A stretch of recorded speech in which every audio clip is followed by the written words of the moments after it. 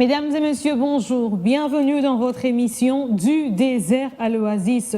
Nous parlons avec vous du thème éducation. L'éducation que nous avons définie comme la transmission des valeurs d'une communauté, des leaders existants vers des leaders émergents. Et nous avons insisté sur le fait que ce thème concernait tout le monde, pour le fait que dans une famille, par exemple, les parents qui sont là sont des leaders pour leurs enfants, les grands frères sont des leaders pour leurs enfants, et même dans nos milieux de travail, il y a toujours ces personnes autour de nous qui nous considèrent comme des leaders. Ils sont des personnes auprès de qui nous avons des valeurs à transmettre. Dans une église, nous avons des moniteurs, nous avons des responsables des départements, des structures et autres. Et donc, où que nous soyons, il y a des personnes qui nous regardent comme des leaders à qui nous avons des valeurs à transmettre. Et nous parlons de cette transmission de valeurs au travers de cette émission. Rappelez-vous, la fois dernière, nous avons dit que la transmission de valeurs dans l'éducation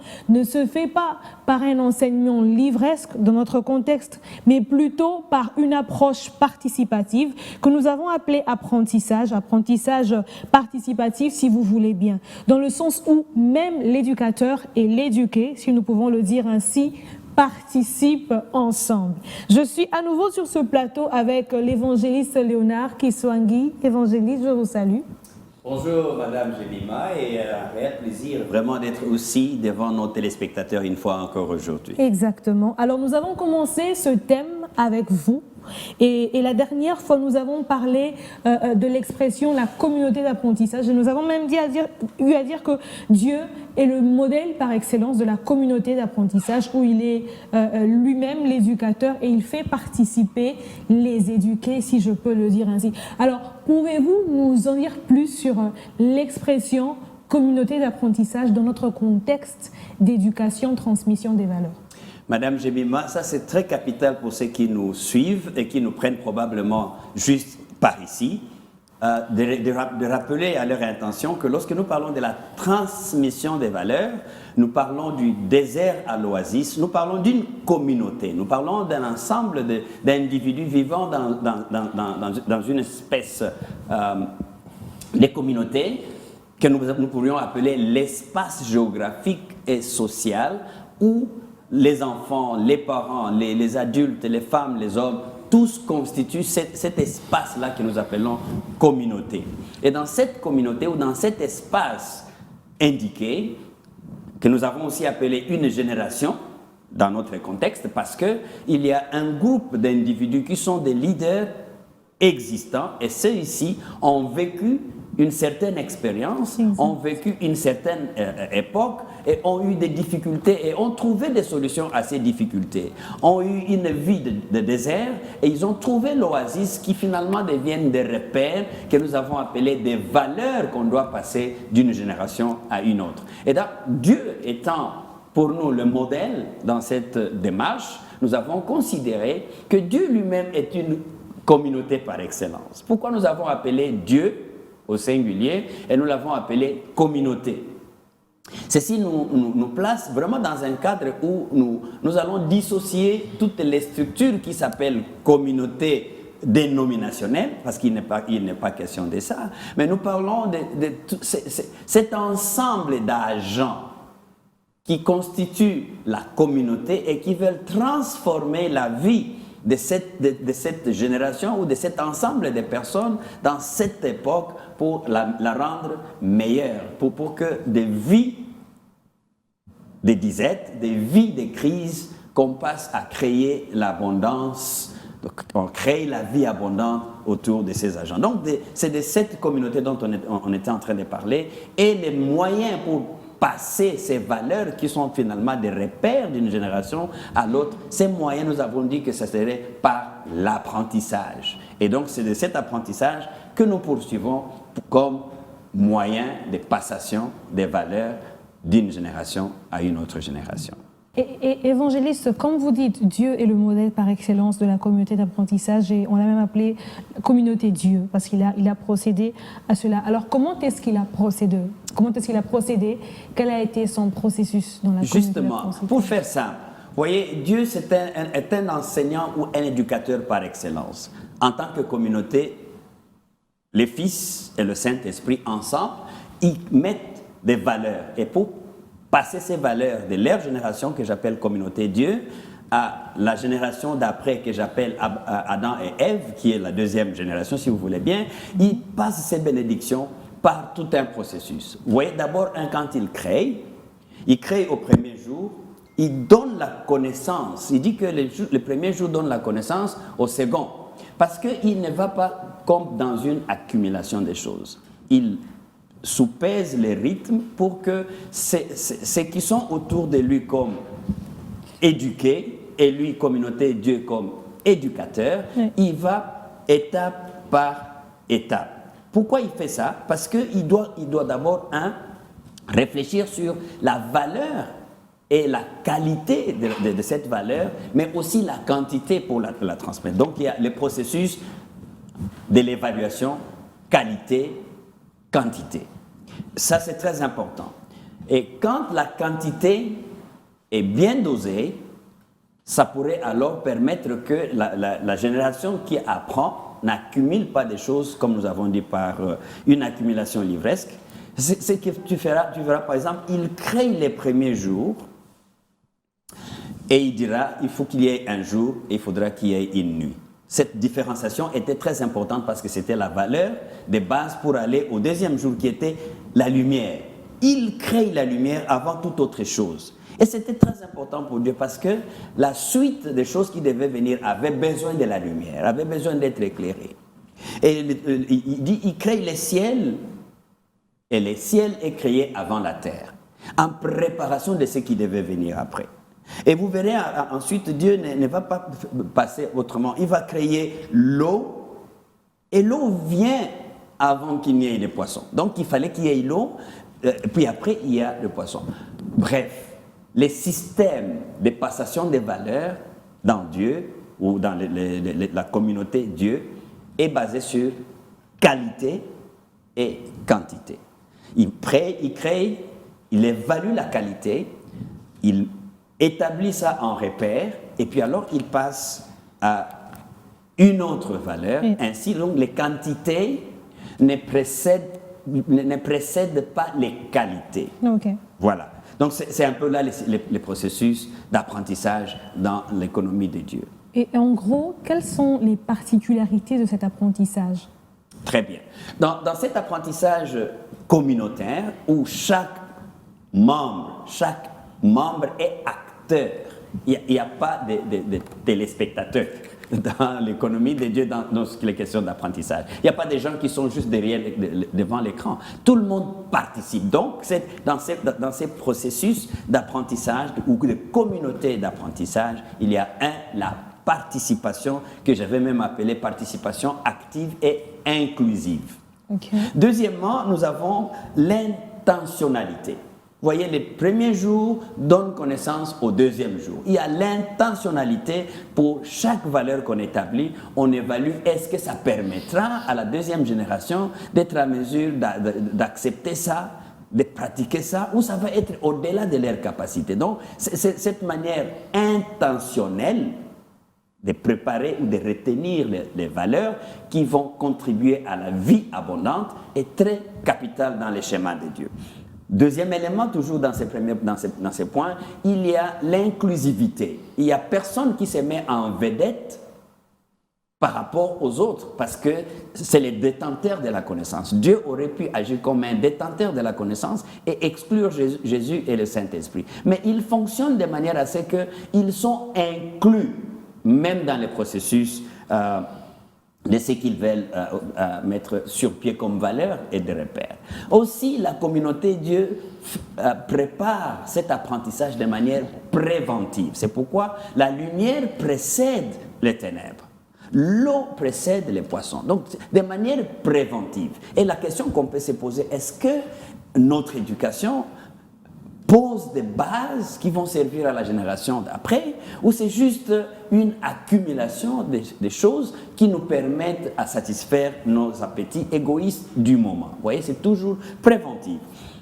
La communauté d'apprentissage, Dieu, c'est aussi une communauté qui cherche, comme je l'avais dit avant, l'équilibre entre les qualités et les quantités. Et il y a des gens qui agissent juste bon, c'est parce que c'est mon gagne-pain. C'est pourquoi l'autre fois, si nous disions, ce système, cet endroit, cet environnement, cet espace que nous appelons oasis éducationnelle n'est pas réservé à ceux qui cherchent juste le pain pour le pain. Ils vont faire des choses et ils vont remplir leur emploi du temps et ils partent sans tenir compte à la qualité. C'est pourquoi Dieu ne s'est pas précipité à tout créer en un jour. Il crée un jour, il évalue ce qu'il a créé dans ces jours avant de passer à l'autre étape. Et tout système éducationnel, tout système d'une communauté qui veut être une communauté d'apprentissage visant des valeurs, visant la qualité de la vie, visant la vie abondante, doit être un système qui évalue l'équilibre entre la quantité et la qualité.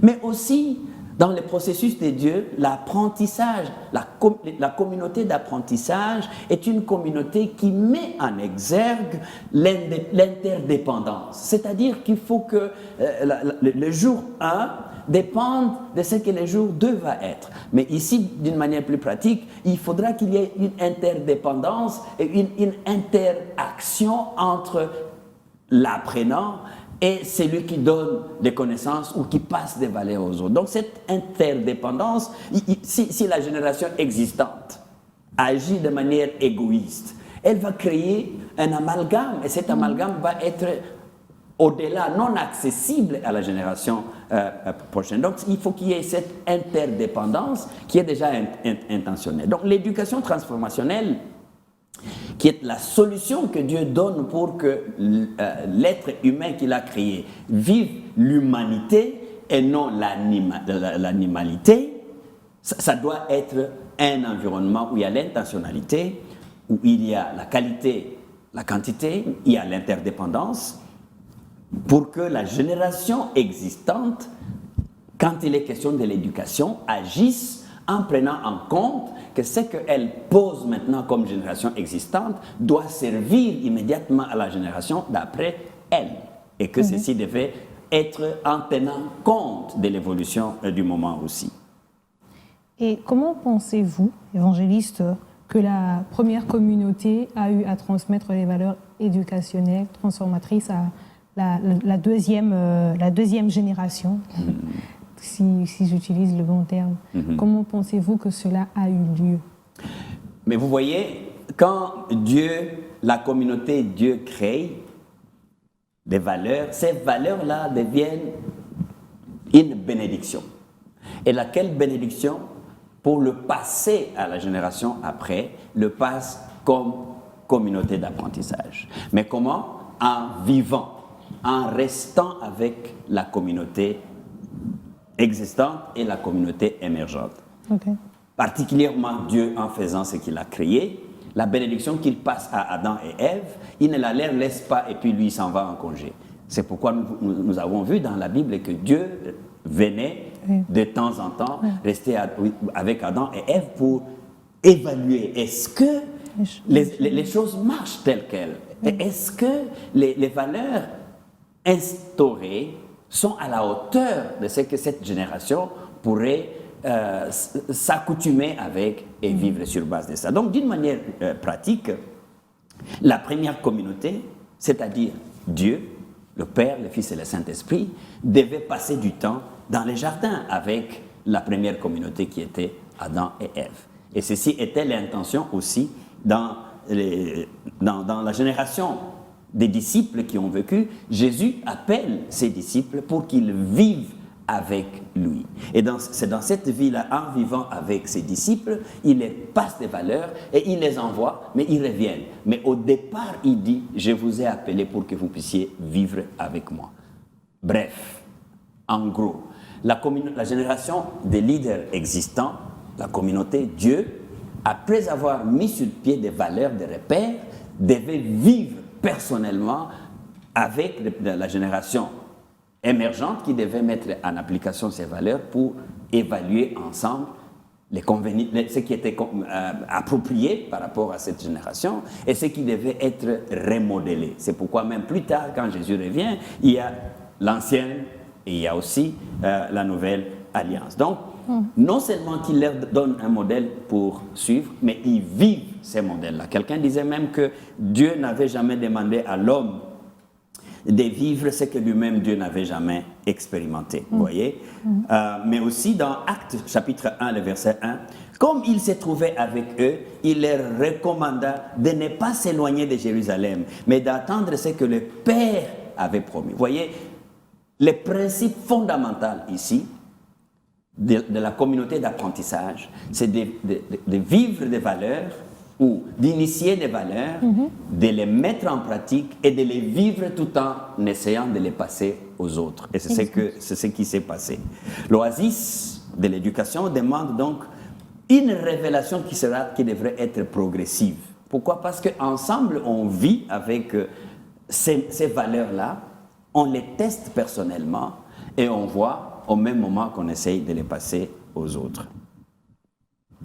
Est-ce que nous pourrions aussi, n'est-ce pas, Madame Jemima, croire que dans cette oasis, la meilleure manière que Dieu a vécu ça comme communauté d'apprentissage était justement de ne pas donner ce qui serait, disons, au-delà de la capacité de la génération, au-delà de la capacité humaine. Il devait tout évaluer pour que la qualité et la quantité soient au niveau de la génération qui devrait mettre cela en pratique. Et la meilleure manière, c'était en envoyant son propre fils qui s'est fait homme. Mais tu as vu ça, qui est parti de là où ils étaient très hauts et ils devaient venir vivre.